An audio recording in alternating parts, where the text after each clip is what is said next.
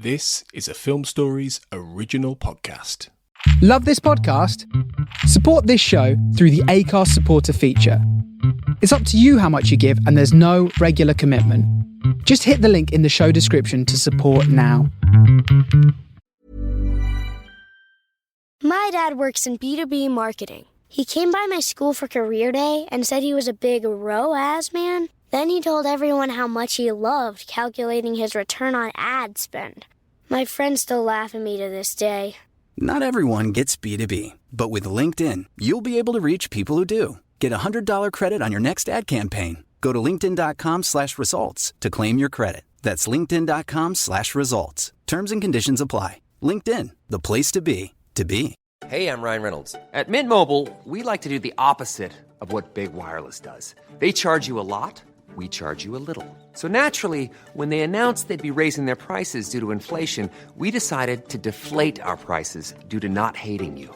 That's right. We're cutting the price of Mint Unlimited from $30 a month to just $15 a month. Give it a try at mintmobile.com/switch. $45 upfront payment equivalent to $15 per month. New customers on first 3-month plan only. Taxes and fees extra. Speed slower above 40 gigabytes. See details. Need a holiday gift that will keep her sparkling all year long? Blue Nile, the original online jeweler, has experts on hand 24/7 who can help you find the perfect piece. Beyond that, Blue Nile makes the gifting experience easier than ever with guaranteed free shipping and returns, as well as a wide assortment of jewelry of the highest quality at the best price. Right now, get 30% off jewelry at BlueNile.com. That's BlueNile.com for 30% off. BlueNile.com.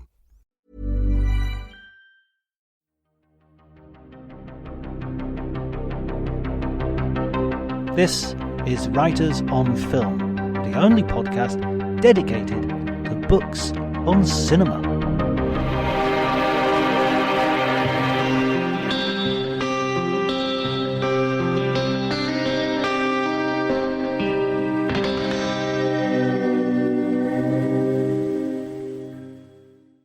Hello, everybody, and welcome to Writers on Film. My name is John Bleasdale. I'm a writer and film critic, and today I'm here with Jem Duducu, who is the author of Hollywood and History, as well as another book which is going to be relevant to our conversation, Napoleon in 100 Facts. Have I remembered those titles correctly, Jem?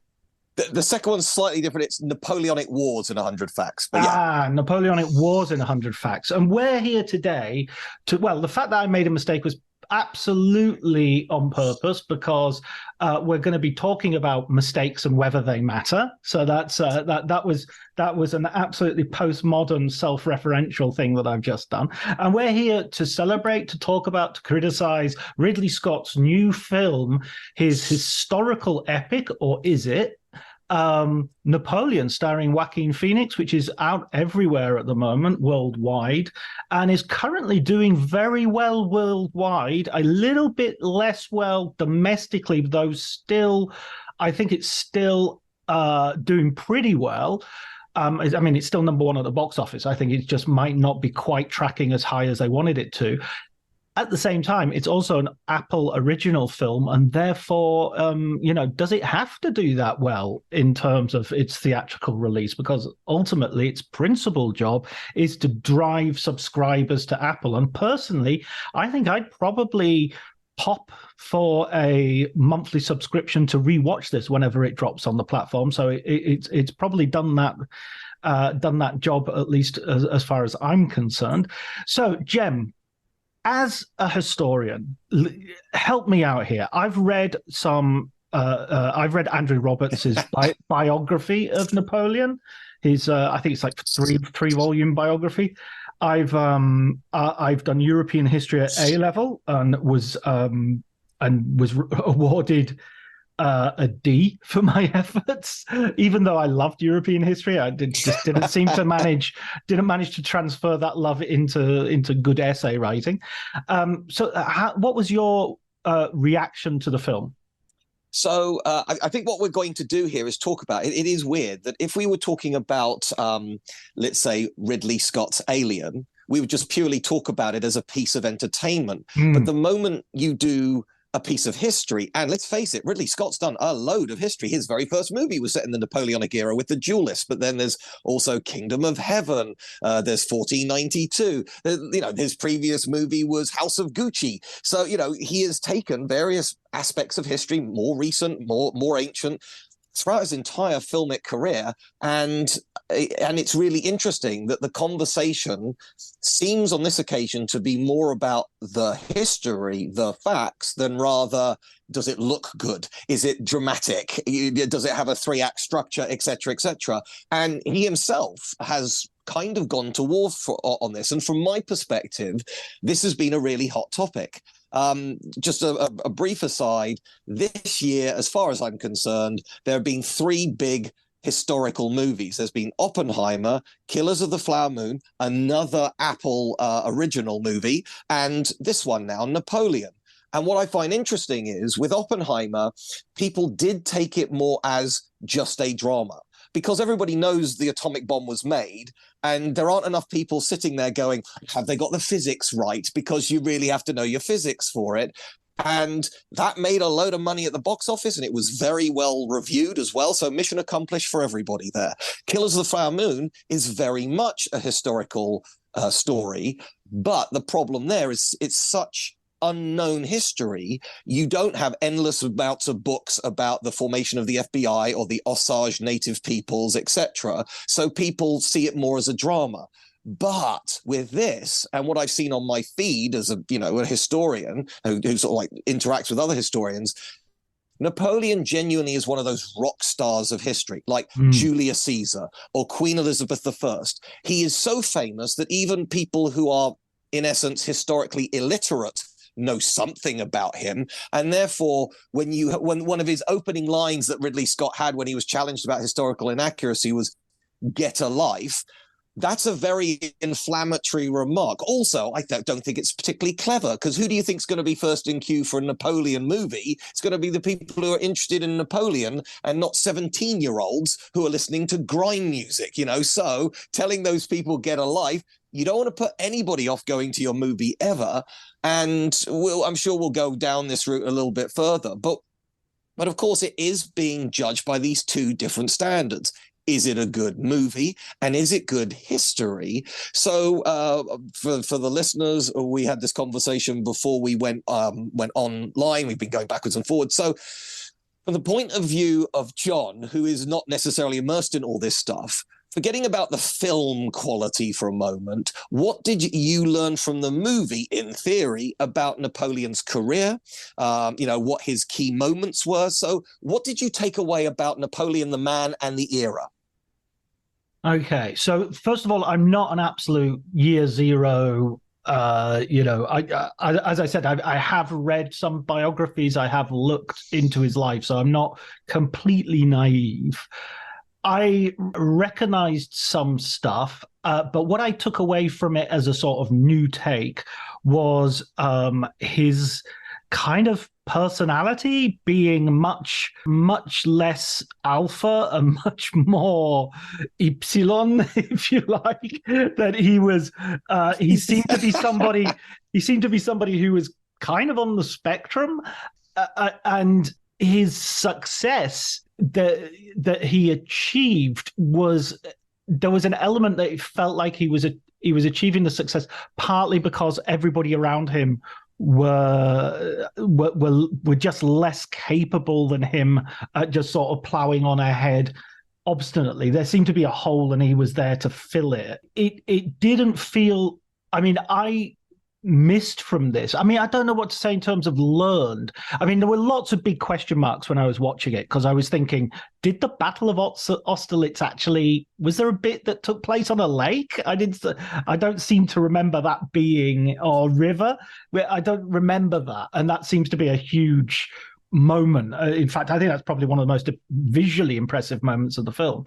There were moments that were that felt to me just like, even on their surface, even somebody who didn't know anything about Napoleon would sit there and go, oh, come on, that definitely didn't happen. So the cannon fire hitting the pyramids struck me as sort of blatantly kind of obviously untruthful, untruthful to the Napoleonic to the historical record. So yeah, and the some of the stuff about Moscow, I guess.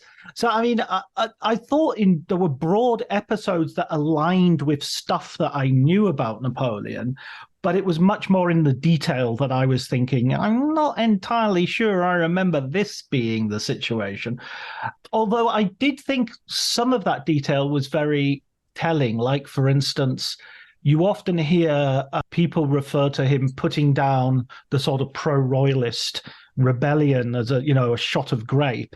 And you think of that as being, for some reason, the word grape makes it sound a lot more pleasant than it actually was in reality. And I think that was a really... The phrase that was inaccurately attributed to him is, I cleared the streets with a whiff of grape shot, which sounds very, sounds very innocent, if you like. He never actually said that, but you're quite right. They show you what happens when you turn a cannon into basically a very large shotgun at a bunch of unarmed civilians. Yeah, and I thought that sort of stuff was interesting, but again, I don't want to preempt the conversation that we might want to have further down the line, but I never for a second thought I was watching something that was trying to say this is the real story of Napoleon. I think that's absolutely fair. Now, in my book, Hollywood and History, which I wrote it a couple of years ago. It came out this autumn, so Oppenheimer and Napoleon aren't in it. While I was writing it, I was aware that he was about to prep for Napoleon,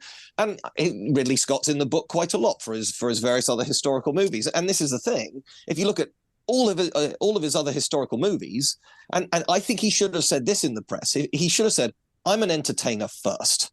I'm a historian a distant second. I hope you enjoy my movie. That's what it's there for.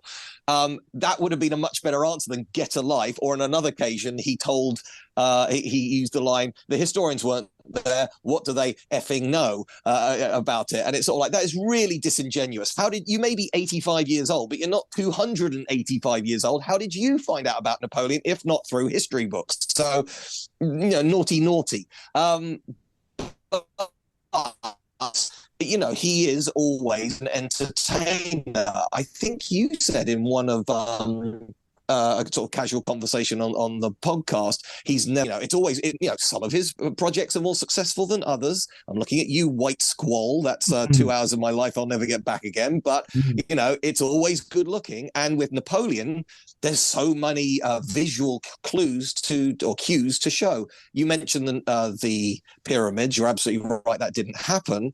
But he said in again, one of the interviews, he goes, that's a shorthand for, and then he conquered Egypt. And it's like, I get that. It's a very good visual way of saying he's in complete control. Now, in the movie, they obviously addressed hundreds of extras in Mameluke uniforms and stuff like that. When it goes on to Apple, it's going to have an extra hour added to it. I'll be curious how much of it will be, how does Jem say this politely, interesting love scenes between Josephine and Napoleon, and how much of it is battle, because that would be a real waste of money to leave any of the battle footage on the editing floor. But at the same time, I can't imagine they would have spent all that money and time dressing everybody up for the Battle of the Pyramids and then do nothing apart from having a CGI shot of the smashing into the pyramids. We will see. We shall see.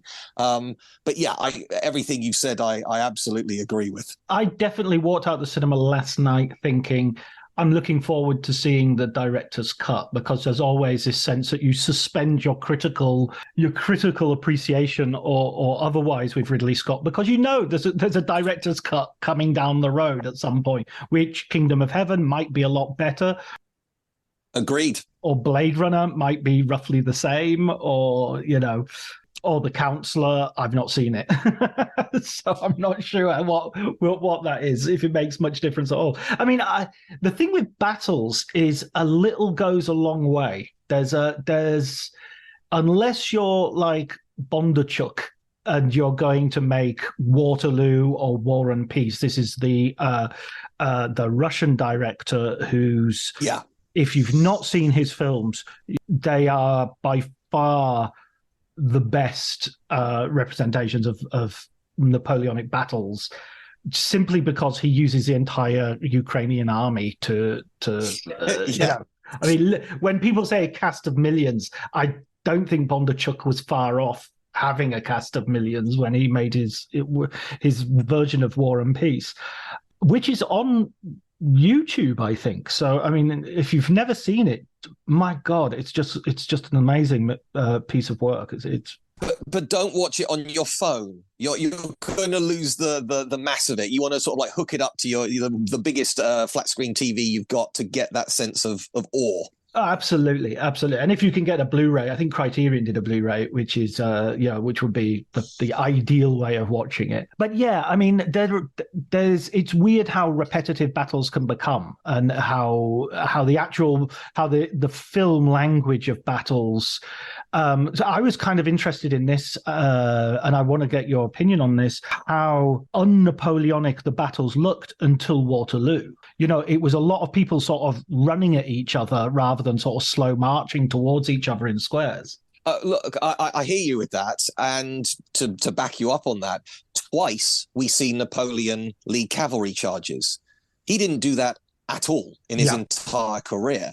And in one of the articles that I ended up writing, so this movie has been a little bit of a cottage industry for me that I've never had with any movie before, because people have, asked me to appear on podcasts, or I wrote an article for the Daily Mirror.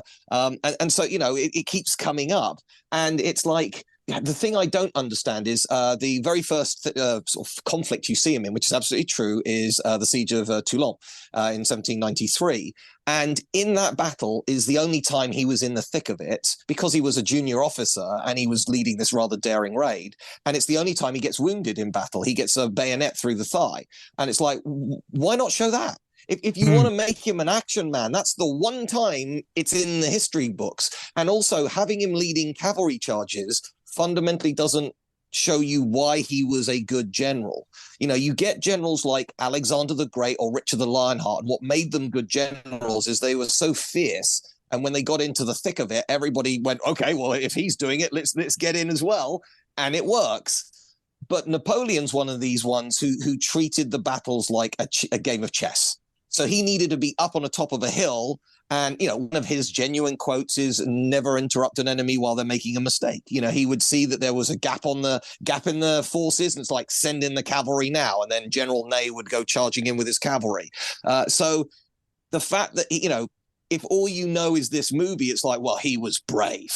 And it's like, well, no. I mean, he was brave in his own way. Nobody's going to call him a coward, but he wasn't physically brave. He was smart. And you go back to Austerlitz. So right at the end of the Battle of Austerlitz, the Austrians did start retreating over ice-covered rivers, and he did fire on those. Now, according to his own annals, and Napoleon, he had a habit of, look, when he was in exile in St. Helena, he was going to give the best acquitting of his own performance.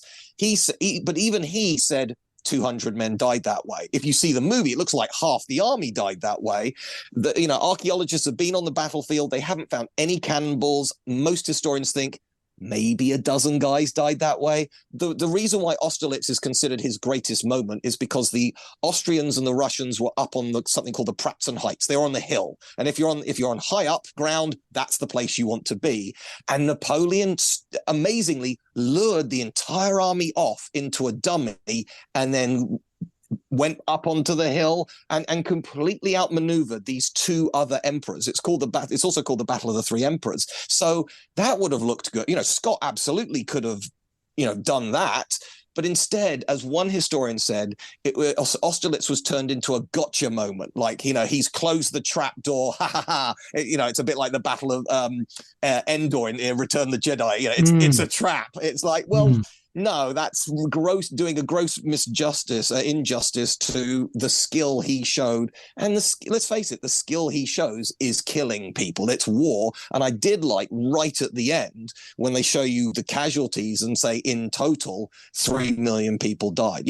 Where is this glory thing that we think about?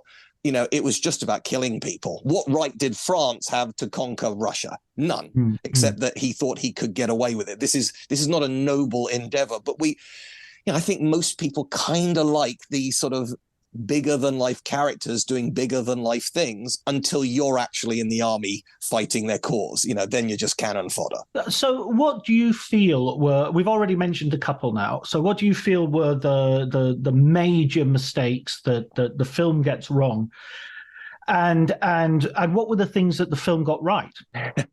Right, okay, I'm going to be controversial here, because one of the things that occurred to me as we were watching this, I just thought, I mentioned this earlier and then I got off track. What I say in Hollywood and history is like the movies that start flashing up dates and places, what they're saying to the audience is like, we've done our research, which means you really do have to do a fair representation of what actually happened. And the one I really rake over the coals is Braveheart, because nothing in that is true. But at the same time, I was watching the movie, and about halfway through, I thought, how can anybody, even if they gave him enough money to do a trilogy of 3-hour movies, you are trying to summarize a 22-year career that covered 3 continents. It's impossible. You have to condense. You have to shove it down. But some of the choices are weird. I don't know if they're going to be remedied in the longer cut. But the thing that really made his name is his conquest of Italy, which isn't even shown.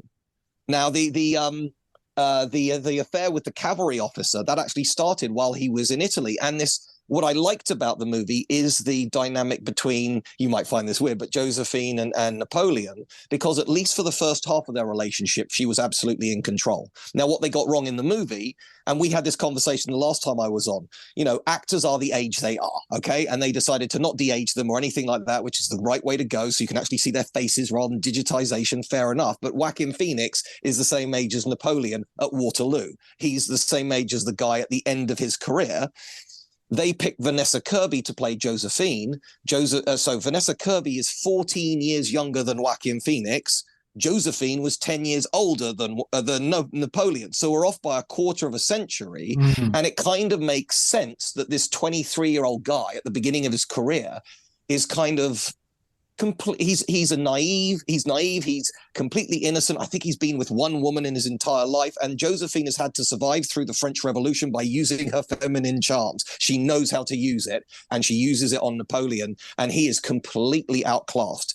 And they show that in the movie, but the fact that she's younger makes it a bit different. And indeed, later on in the movie, when Josephine can't conceive, because Vanessa Kirby is a woman in her prime, you assume it's a medical condition. But no, Josephine had hit the menopause. There was a very obvious biological reason why she couldn't have children anymore. And he always loved her. So I did like the relationship. But to some people, I've literally seen a YouTube video, with the thumbnails of a picture of Joaquin Phoenix's Napoleon with just cuck written across it. And I heard somebody else say, it seems to imply that Napoleon was an incel. And it's like, we're using very modern language, but absolutely when he, again, maybe this is in the extended version, but I found it hilarious when I did the research. Napoleon conquers Italy. He's the first person to conquer Italy since the Roman era. It's an amazing achievement. He's 26 years old. And on the way, he spies an Italian palace and he goes, Josephine, I have got a palace for you. And she's off shagging this cavalry officer. And it's actually the French government who say, he's your husband. He's just conquered Italy for us. Go down to Italy and stay in the nice palace he's found out for you. And it's just like, so yeah, it really does make Napoleon look a bit foolish in that situation. And that's true. That is accurate. But, the thing that I think probably boiled my blood the most is after the retreat in Russia, the next thing we see is he's being exiled to Elba. It's like, you've missed a year and a half. You've missed the largest battle in the whole war, which is the Battle of Leipzig, also known as the Battle of the Nations. And I get you've got a limited budget, but now you're creating a completely wrong cause and effect. Those two events were separated by 18 months and several campaigns of fighting later. But again, you've only got 2.5 hours to tell the story. But again, why did you choose that? There's already a perfectly serviceable movie just about the Battle of Waterloo. Maybe we don't need that again, but maybe you just do it about Austerlitz if you like that battle so much. Or maybe you do the second half. He's become emperor. Now we see the second half of his career. But to try and do 22 years in even 3.5 hours, good luck. The sweep of it was, okay. But what did you like about it? I mean, you've already mentioned the relationship. You already mentioned that, and that's a good thing. Uniforms looking good. The uniforms are looking good.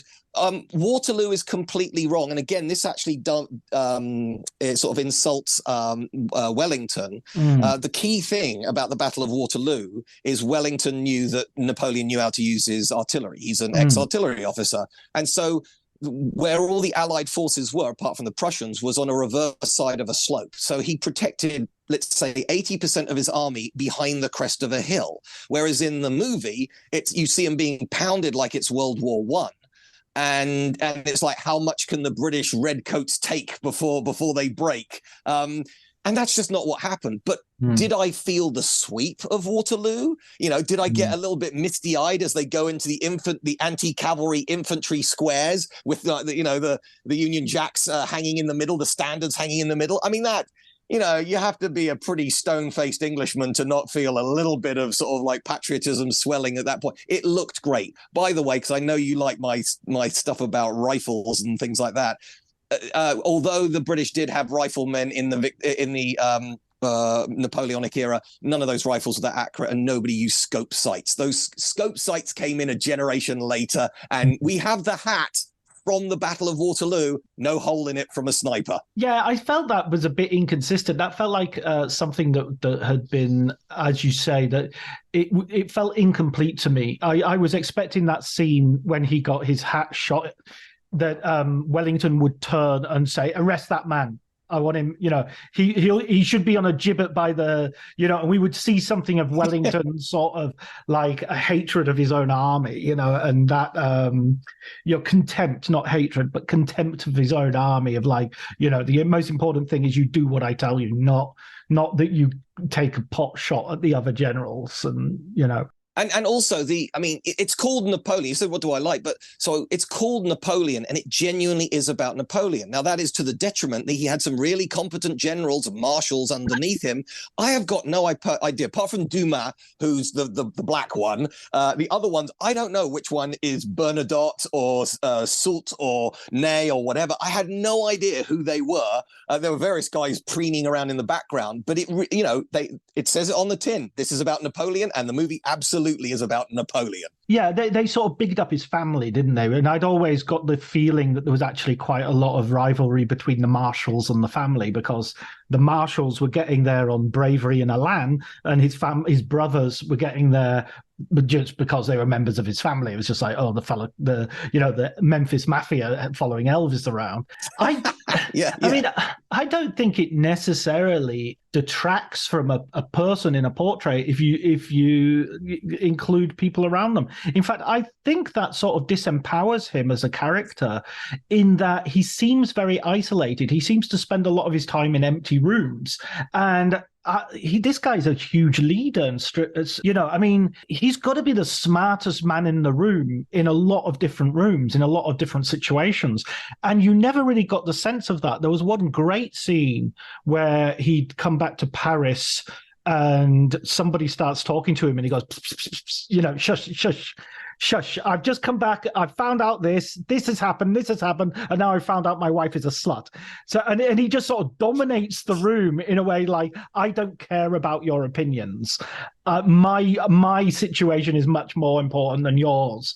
And it just sort of like, those moments were really interestingly charismatic, but it felt like something more like Joaquin Phoenix doing a really interesting character study of someone who dressed as Napoleon. I mean, one of the things about Napoleon, which was still around in my day when I was growing up in like the 1970s, 80s, is if you had like, you wouldn't have it these days because of political correctness, but if you had like a comedy like The Pink Panther, where the chief inspector has gone crazy and is sent to a lunatic asylum, as they were then called, you would have someone dressed as Napoleon walking through the garden, and that would just tell you that, that's there's a crazy person, because the crazy people would think they're either Jesus or Napoleon. That was the cultural power of this image, and in a way that maybe isn't quite. people aren't quite aware of that anymore because, well, the 19th century is a long time ago, after all. Yeah, and look, we now got superheroes and things like that. But it is interesting how many column inches have been generated by this movie. And, for all of the historical inaccuracies, I'm loving the fact that I'm having conversations about the Battle of Austerlitz rather than Big Brother. Or, what are you getting for Secret Santa? These things, he did shape Europe. For better or for worse, you can't understand the 19th century, which is a big deal in Europe, without Napoleon and indeed the effects of him. And his nephew, Napoleon III, ended up running France again. So, he casts a long shadow. And that's not a joke about him being short. I feel obliged to say, if anybody here thinks that he's short or listening to this thinks he's short, you are believing 200-year-old British propaganda. Now, of all the bad things you can cast on your enemies, I think that's pretty tame. And we had very good reasons 200 years ago to be pretty angry with Napoleon. But that's just simply not true. Yeah, the sort of Corsican dwarf sort of political cartoons, which actually pop up in the film as well. That he keeps getting handed newspapers by his rather dull-witted, aides and valets, so that he can read about Josephine's infidelities. I did love the humor in the film. I mean, let's move on to the idea of the film as a film. The film is a film, and I was going to say that because you said earlier on the joke about, and I found out my wife's asleep. It's like it was laugh out loud funny 3 or 4 times for me, and deliberately so, not because it was bad, but because that's a gag, that's a genuine joke. And the other bit that I thought was really funny, and again, this was edited differently in the or edited around in the trailer, was the bit where he goes into the consuls and say, "Shall we vote?" But the first thing you see is he loses the crowd. They're about to kill him. He runs out.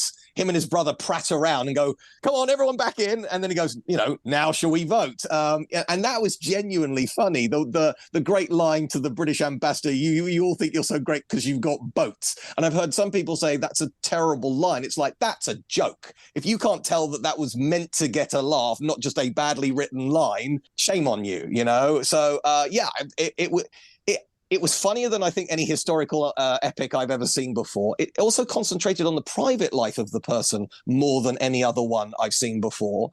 And when it was epic, it was properly epic. Can we agree on that? Oh yeah, absolutely. I mean, I think there is going to come a time when we're going to have to rethink how we do battles, and we're going to have to go back over, unlearn some lessons that we learned during Lord of the Rings and things, and try to sort of genuinely rethink, 2 bunches of people clashing in the middle, just because I find that, I don't know, it just feels like something I've seen 1,000 times. But in this situation, I think they managed to make each battle impressively different, and I kind of knew what each battle they needed to do. So I knew at the beginning they needed to get the cannons, turn them around and fire them on the ships. I knew Waterloo was, I kind of had a good sense of what was going on each one. I kind of thought Waterloo might have been the least impressive of all the battles, actually, just in the sense that it kind of didn't, numerically, it just didn't look that that there were that many people. Ultimately, it looked like a rainy field in Belgium. It almost looked like it was coming down. I mean, that's what it was. But... I know, but I don't know. You kind of have this idea of it being. There are those stories. Who is it? There's some guy who gets his leg taken off and turns to a general and says, "By God, I think I've lost my leg." Okay, no. So that I was kind of again, that would have fitted well in the movie. So that's Lord Uxbridge, and virtually at the end of the film. So he's on his horse next to Duke of Wellington. French cannonball takes his. I mean, this is probably the most British story you'll ever hear. It takes his leg off from the just below the knee down, clean off, and his response is, "By God, sir, I've lost my leg." And Wellington looks over and goes, "By God, sir, so you have." That is real history. Why not use it? And I found it interesting in the in the Waterloo movie, they use far more real quotes from both Wellington and Napoleon than in this movie. I think there are a couple of lines that I recognize, but almost everything else was clearly a script. And fine, that is a creative choice, but Napoleon's really quotable. You can stick in some of his lines, and they're quite good. Like at the Battle of the Pyramids, his opening line to his army was, "Soldiers, from 40 centuries, the pyramids look down upon you," and it's like, that's a good line. That's the beginning of the Braveheart speech kind of thing. Nothing. Yeah. You said you definitely didn't get as. I mean, he wasn't a people person, this Napoleon. He was kind of like, as I said, it feels like. I don't mean this with any disrespect to the neurodiverse, but it definitely feels like he was on the spectrum. He was somebody who kind of was he was good at war and strategy, and he was good at not caring about lives. He was good at sort of, as you say, sort of proficiently killing people, but didn't seem to be much of a people person. And I kind of think that's got to be in Napoleon's skill set, hasn't it? I mean, otherwise, why would they love him so much? I mean, you saw that one moment where he's like handing out bread to the common soldiers, the soldiery. Yes. And I thought that was brilliant. I thought that was a real, the brave of Austerlitz. Well done. Here you go, lads. And you can see that was like, yeah, they like him and they have good reason to like him. And he's much more comfortable with them than he is with the diplomats and the emperor and the other generals and stuff. Yeah, no, I absolutely agree. And I'll be honest with you, the Joaquin Phoenix role that this reminded me the most of, which really surprised me, was Joker. Ryan Reynolds here from Mint Mobile. With the price of just about everything going up during inflation, we thought we'd bring our prices down. So to help us, we brought in a reverse auctioneer, which is apparently a thing. Mint Mobile Unlimited Premium Wireless. How to get 30, 30, bit to get 30, bit to get 20, 20, 20, bit to get 20, 20, bit to get 15, 15, 15, 15, just $15 a month? Sold! Give it a try at mintmobile.com/switch. $45 upfront payment equivalent to $15 per month. New customers on first 3-month plan only. Taxes and fees extra. Speed slower above 40 gigabytes. See detail. Hey, it's Mark Marin from WTF here to let you know that this podcast is brought to you by Progressive Insurance. And I'm sure the reason you're listening to this podcast right now is because you chose it. Well, choose Progressive's Name Your Price tool, and you could find insurance options that fit your budget, so you can pick the best one for your situation. Who doesn't like choice? Try it at Progressive.com. And now, some legal info. Progressive Casualty Insurance Company and Affiliates. Price and coverage match limited by state law. Not available in all states.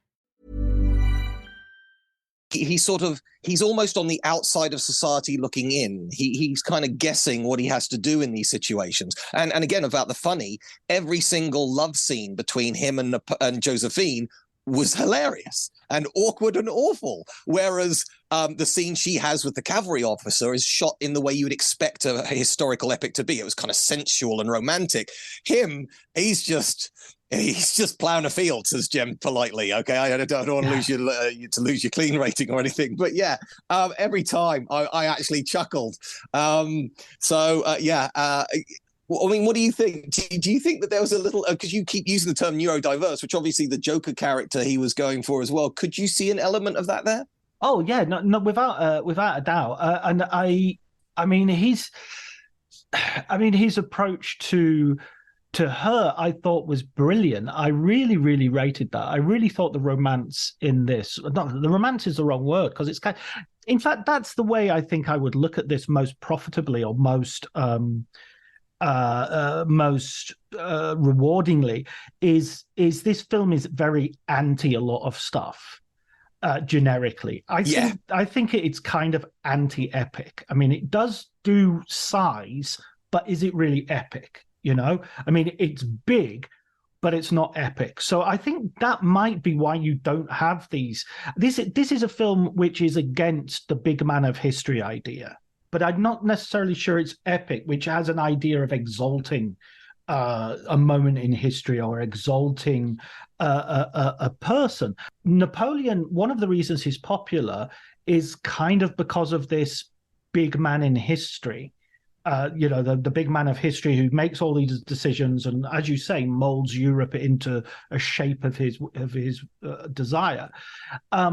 This showed that he did do stuff, but at the same time, there's this paradox where, yes, he's a big man doing all these changes, but at his heart, if there is such a thing, there's a kernel seed. He's a tiny man. He's someone who is inadequate, insecure.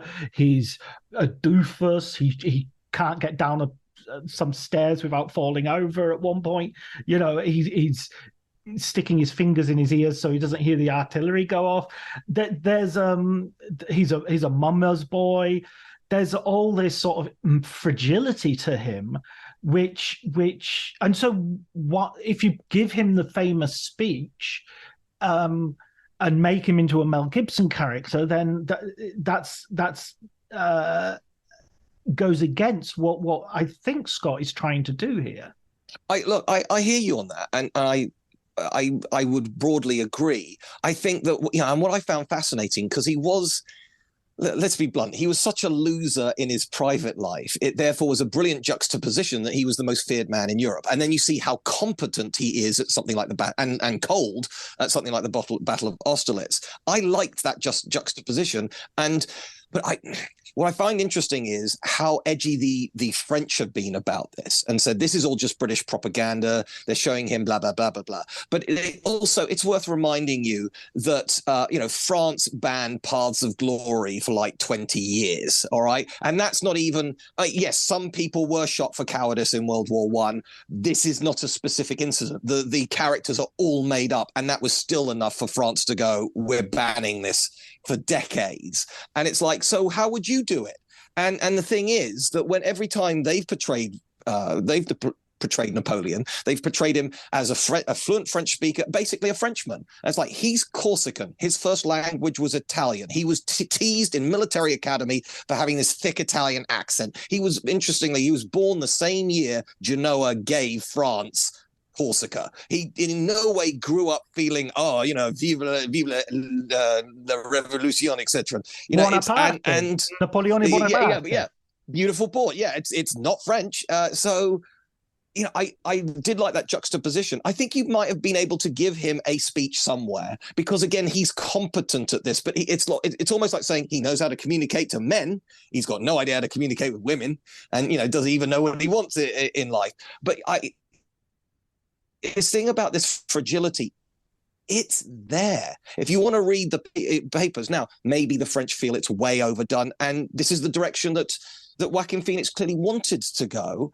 But again, I don't think that if the French did it, we would get the epic, and all of these inadequacies would be wiped away, and that's just as bad as having the simpering guy, who's almost doing it to prove himself a real man to his girlfriend, which is a fascinating take on history.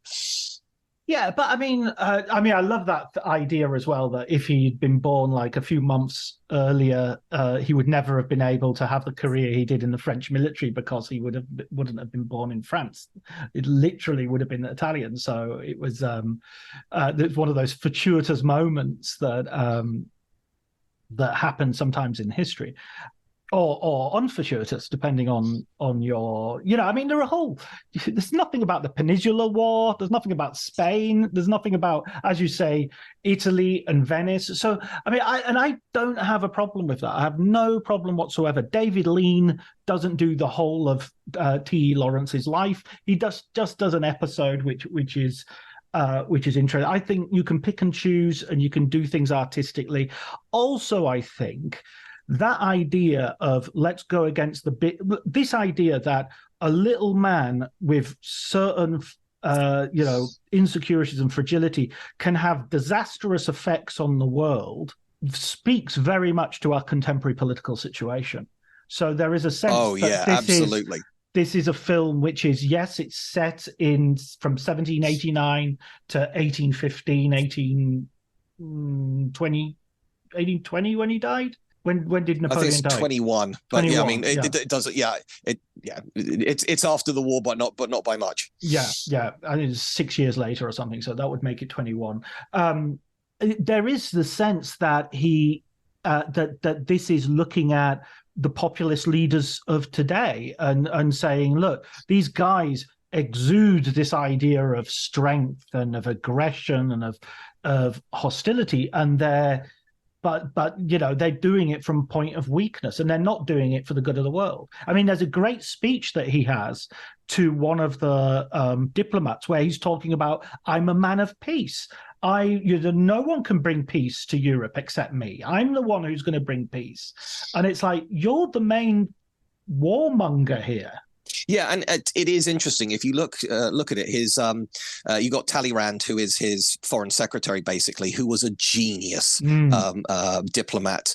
And what Talleyrand fundamentally understood is if every time you broke up, you may have utterly crushed the enemy, but if your terms are so punitive, all they're going to want is revenge.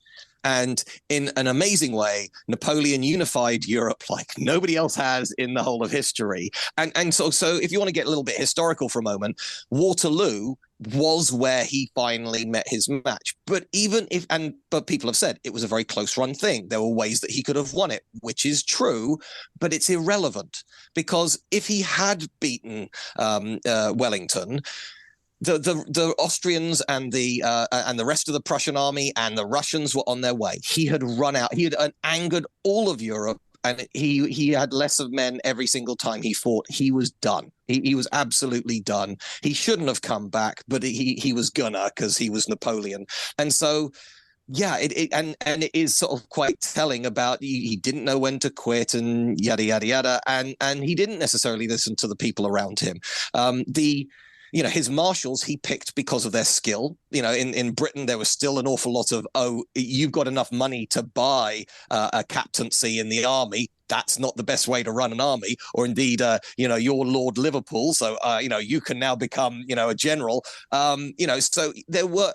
This is the thing. He is an interesting person. He has flaws and he has strengths. He did reintroduce slavery. That's not a good thing. I don't think anybody's going to say yay slavery. But also at the same time, because he was losing so much money, all of French lands in America was sold to America. It's referred to as the Louisiana Purchase, and that's what turned the 13 colonies into the Americas of today, because it wasn't just Louisiana. It was most of the drainage area of the Mississippi River. It was a colossal amount of land. Now, obviously, the French didn't have colonies all the way around it. It was very much owned by the local indigenous peoples. But the idea is it gave a legal how can I put it? Sort of like a little legal bow on their land grabs in America. So pretext. Thank you very much. He is so important, and there are things you can do ticks with, and things you can definitely do crosses with, and therefore,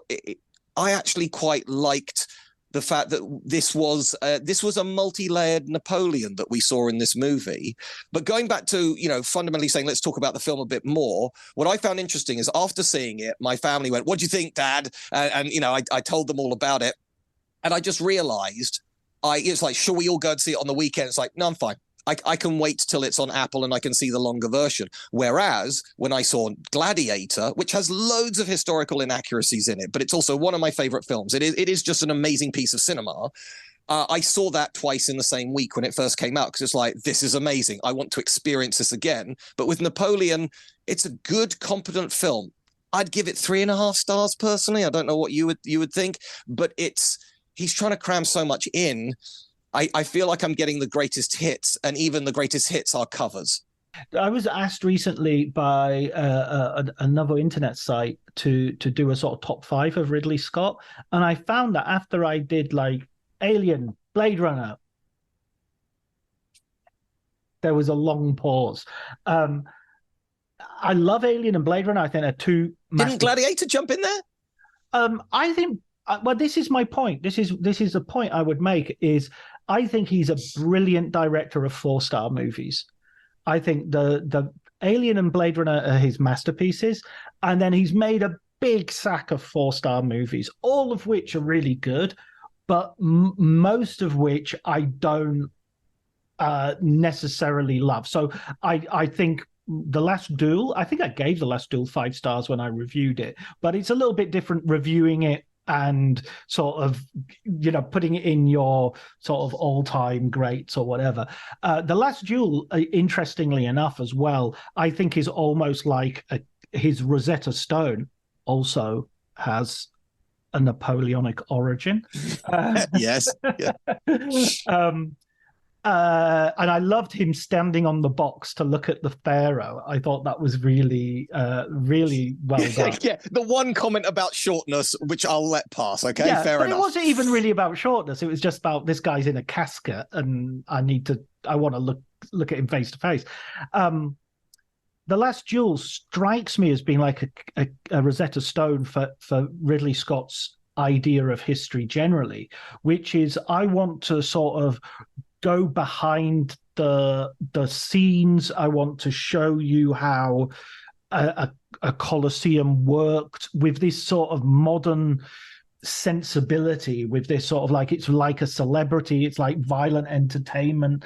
I'm going to show you the origin of Muslim-Christian antipathy via the Middle Ages, and I'm going to take away the idea of knights being this romantic, these crusaders being these romantic figures. And it just, I'm going to take away Christopher Columbus being this amazing sort of heroic figure and show him as someone who was savage and brought slavery to the New World. Everywhere he looks at history, he seems to be sort of wanting to get underneath the skin of it a bit more, which is not the same as saying, I want to say what really happened, because I don't think he's really interested in what really happened. Ridley Scott is a visual director. He's interested in what looks good, and he's interested in sort of giving an idea of lived experience. A lot of the things in Napoleon felt to me like I didn't really feel this was historically. It didn't really just seem relevant. It seemed to be much of it seemed to be in Napoleon's head. Much of it seemed to be like the Egypt thing. That felt like he was writing a letter to Josephine about, and I fired a cannon at the pyramids. There's even a bit where he says something to the Tsar. Are you saying he's the American Psycho?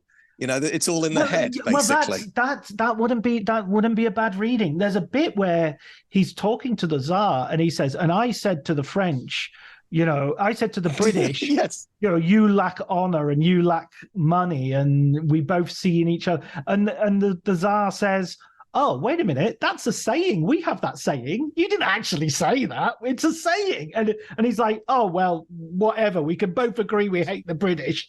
And it's just like, oh, you're a fabulist. You're just making this shit up. I mean, you're not making it up. And he did in his own memoirs. There was these huge exaggerations, and you see this right at the end when he's talking to the two little girls, and he goes, "Do you know who burnt Moscow? It was me." And they go, "No, I think you'll find it was the Russians." And do you know what? There were those examples you just gave, and particularly the talking with Tsar Alexander I is.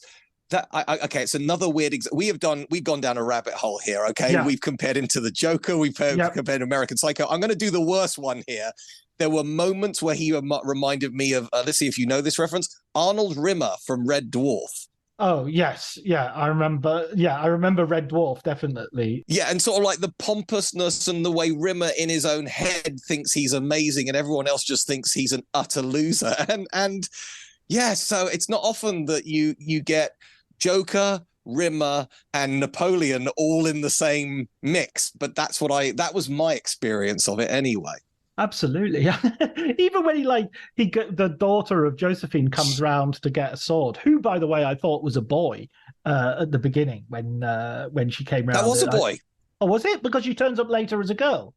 No, she had a boy and a girl. Okay. Okay. Well, that was weird that I didn't quite understand that. Anyway, but he goes into the room with all the swords and goes, we really should have put names on these. And just picks a random sword. I mean, those were brilliant moments of like, all of these swords, by the way, is a life. These are all dead people. Yeah, yeah. You know, and he's just like, I guess this one will do. And even he's standing at the door and he's kind of opens it. And in my head, he's just checking to make sure there's not a name engraved on it or something. It's just like occurs to him. Oh, I better. No, it's blank. Okay, good. That's just like he doesn't want to. Yeah, I know, absolutely. But on your point there about the each one of those, I thought that was a very beautiful way of saying, like, if each one of these are officers' swords and they're all in the sort of like the storeroom, this tells you about the number of dead. But again, this is where Britain and France have a completely different reading on the French Revolution. From the French perspective, it was a necessary cleansing, and when you consider 500 years of corruption, it wasn't that much blood. But from the British perspective, where we haven't had that kind of level of just raw crowd violence, like literal execution after execution. It was actually Charles Dickens in Tale of Two Cities, where that was his only book where he actually went back in time and sort of set it against sort of historical events, where we get a very British reading of this. Barnaby Rudge. Apologies. Okay. But Dickens really leans into the anarchy and the blood of it, which is the way Britain has always seen it. Now, of course, it's probably somewhere in the middle, okay? This was bloody and probably was bloody necessary as well. But let's not forget that these people, just because you're rich doesn't mean you should have your head removed. That's a very strong political opinion. And France can't just pretend that it was a minor inconvenience. Somebody like Josephine, I think they do a very good job of showing her survivor and that conversation with Napoleon going, I had to do things to just stay alive. Is this going to be a problem? Do you need to know about my past? I liked that. I thought Josephine had a lot of agency in this movie. I love the bit where she's apologetic to him and she's basically being slut-shamed and accused of infidelity and all these things, which actually justifiably in terms of the cavalry officer. And then she turns it around and repeats exactly his words back. It's like she suddenly realizes, hang on a minute, this guy hasn't left yet. He's still here. He's not stormed out. I've told him everything, and he's not gone anywhere. And so you need me. Without me, you're nothing, and that, I thought that was brilliant. I genuinely am looking forward to the longer version, and if they give me more of that and not more battles, I'm quite happy, to tell you the truth. I wouldn't, because to me, that was the most interesting bits. I liked his oddness. I liked the oddness of the movie. I'm really impressed by how odd it was. I find absolutely, yeah. I just find that, and as you said earlier, the comedy I thought was just brilliantly done. I just found so much of it laugh out loud, funny, and witty, and even like him, the brilliant Tahira character, Paul Barras, sticking his finger in the guy's hole, Robespierre's hole, where he shots at and saying, "You missed." It's like, it's just that actually. I mean, he didn't stick the finger in the hole, but that happened. He did try and kill himself, So I mean, I love these moments of history. Robespierre was a lot skinnier in my imagination. He was, yes. But I just want to sort of you're talking there about like what's more. I think problem with Killers of Flower Moon, which I haven't really, we mentioned in passing, but Scott has said, who's got time for a 3-hour plus movie? Thank you very much, Ridley. I appreciate that. I watched all of Killers of Flower Moon, and I it's 3.5 hours long, and I sat there and went, this could be 3 hours. There are just moments when nothing is happening, and it's like, okay, it may be a beautiful moment between these two characters, but we've already had those, and I just felt it went on. If it was cut down to 3 hours, it's probably the right size, and nothing game-changing is going to be left on the cutting room floor. It'll be very interesting to see what happens here, because sometimes the longer versions, the rhythm's all off, etc., and it just feels much longer. So I'm just curious. Have you seen Killers of the Flower Moon? Yeah, I watched it. Where was it? Cannes, I think, when it opened. And so, what did you think? Do you think it was the right length, or No, I was looking at my watch at certain points in the movie. Definitely. I mean, I think my problem with Killers of the Flower Moon was that I think they started off with very good intentions, trying to make a film about the Osage, but the fact that the Robert De Niro character is the character who's sort of most he's an interesting figure, because he sort of is a white man who's very respectful of the Osage on the surface, but is absolutely, and maybe even believes himself to be the best thing that's happened to the Osage. He's somehow protecting them from themselves while robbing them and exploiting them and murdering them and all the rest of it. And I kind of felt that the film follows a similar route in feeling that it's very respectful of the Osage, but then it puts its main character, Lily Gladstone's character, it kind of puts her to bed for the second half of the movie. As soon as she's in bed, it's just like we're just watching the DiCaprio De Niro show, and it's good to see De Niro acting. I think DiCaprio gave one of the lesser convincing performances of his career so far, but any sort of sense of empathy, my empathy just disappeared, because where am I supposed to put it? That it's gone to bed. And am I supposed to feel sorry for DiCaprio? I mean, the man's a doofus who just wants money, and quite openly. So I found it a strangely unmoving film. I mean, I'll happily rewatch it, because lots of people who I very much respect are calling it a masterpiece. But for me, this year has been full of great filmmakers making okay films. I would put David Fincher's The Killer. I think you said Oppenheimer was. I've now seen The Killer as well. I thought it was fine. I thought it was a very well put together. It was like an Audi, well put together, not going to be remembered in 10 years' time. I do think that Oppenheimer was probably a masterpiece. Oh, Oppenheimer's without doubt a masterpiece. I talked to Tom Schoen about that, I think. Yes, I think I did. I know you had a good debrief with somebody with it. I can't remember the name, but and it's if you like. That's also a little bit like Napoleon, in the sense that he was a great man, in the sense that he achieved something that nobody else has done in the whole of history, and again completely changed the world. But they don't let him off the hook. They show him to be weak and arrogant and hubris, and and so I like these sort of more multi-layered, textured takes on these inverted commas great men from history. Yeah, absolutely, and much. I mean, I don't mind Braveheart being historically inaccurate. What I don't like about Braveheart is that it's just a power fantasy for a sort of a little bit of a fascistic super action hero. He just wants to be this, and slightly weirdly masochistic as well by the end of it. Oppenheimer, on the other hand, I thought was rich, nuanced, clever. I've since read the screenplay since my conversation with Tom, and it reads like a brilliantly written novel. It just reads so well. It's like something. The screenplay that it most reminded me of was something Dennis Potter might have written in the 80s.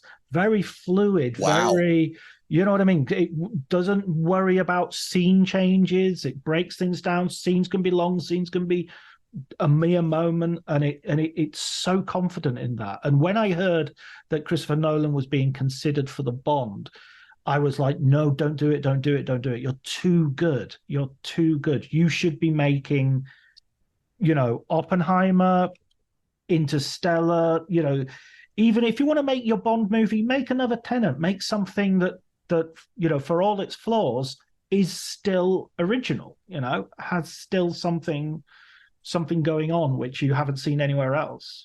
No, I absolutely agree with that. And just to sort of put the three of these movies together, that you've got Oppenheimer, which as I've already said, well-reviewed and made a ton of money. Great, okay? Killers of the Flower Moon, Napoleon probably aren't going to make their money back, but it's a different business model because of Apple, but both have been well-reviewed, and both of them have got a lot of column inches.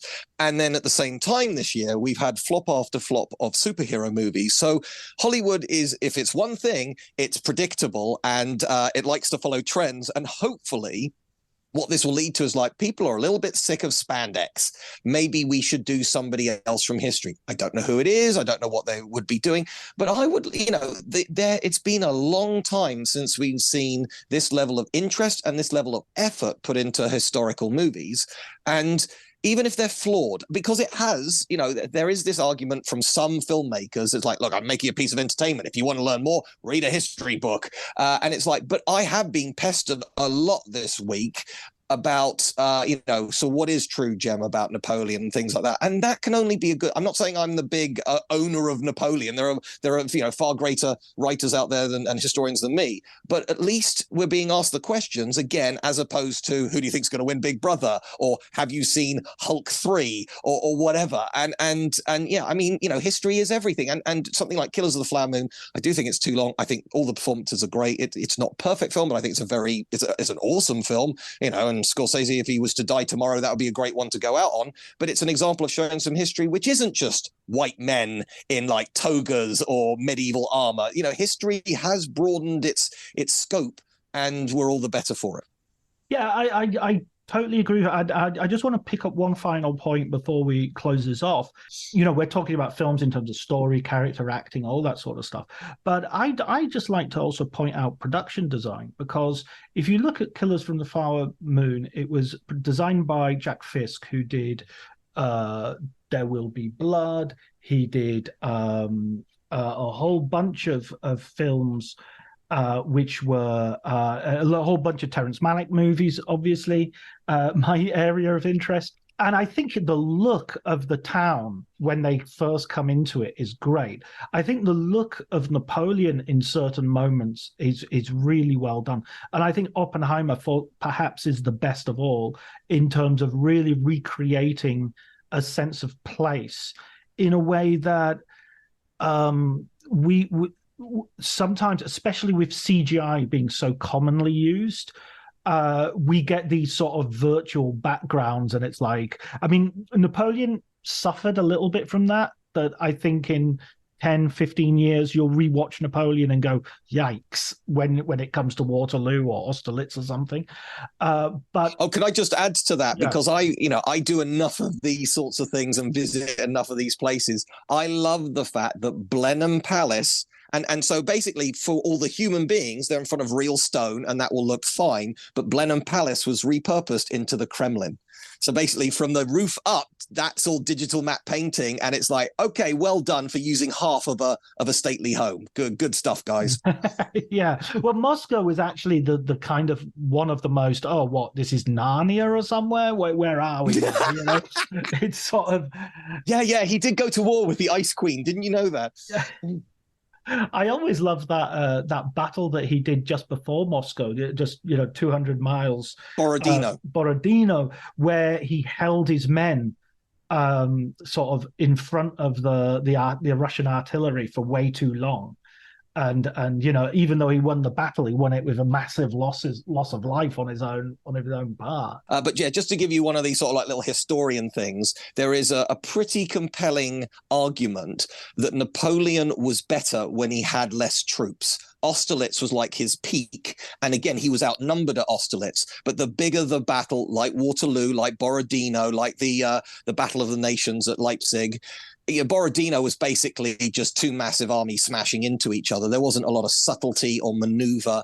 One of the things apparently that the French struggled with against the Russians is the Russians were so used to fighting the Ottoman Empire, which didn't surrender, that they kept thinking, well, this is where the enemy breaks and runs away. But the Russians would just stood there because they didn't want to be massacred by the Ottomans, not realizing the French actually fought by slightly different rules. So, yeah, I mean, look, there's no way you can put that level of subtlety or historical accuracy into a movie like that. But I just, for your listeners, it's an interesting idea that the bigger the army he had, the less original Napoleon actually was. The other last thing I'll say is, on the technical stuff is, he outflanked people. He outmaneuvered people. He came up with innovations and he did really clever things. But if you've been fighting the same enemy for 20 years, you learn their tricks. And so again, by Waterloo, Napoleon had nothing in the tank that that Wellington couldn't anticipate or neutralize or had already come up with a new counter to. Yeah, because I mean, in the Italian campaign, he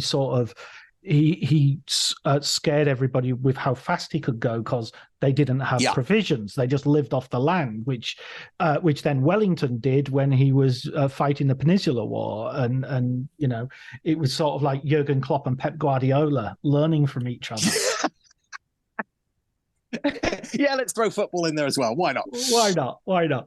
Listen, Jem, who would you like to see a big movie made of next? What sort of historical figure deserves? That's easy. Because the person who I really like is somebody you can't say yourself. That would be a very boring movie. No, Edward III, King of England. He has never had a movie or TV show ever about him. And yet this is a guy who started the 100 Years' War. He fought in multiple battles. The Black Death arrived in England during his reign. So he had to deal with like Armageddon, where half of Europe dies. Okay, how do you deal with that? And when he started off, he was basically under house arrest because his mother had killed his father and she was having an affair with this other guy. I mean, this is a pretty good story, which I've got no idea why literally nobody is interested in making. That's the one for me. That sounds... by the way, if anybody's listening to this and wants some help on a screenplay, I'm available. Excellent. Well, we'll talk after the record. I'm trying to think what would happen if the Black Death arrived now with the no-vaxxers. Would they be like, oh, this is just a false flag? And I'm going to say Mother Nature's going to look after that one all by itself. Brilliant. Fantastic. Okay, listen, Jem, that's absolutely brilliant talking to you again. And I hope we can get together in the future, whenever there's a big historical film to go into. And let's hope this trend continues. I prefer talking about these films to I mean, I love comic books, and James Peaty, I'm happy to talk to him any day of the week about comic books as well. But he was great fun. I loved his episode.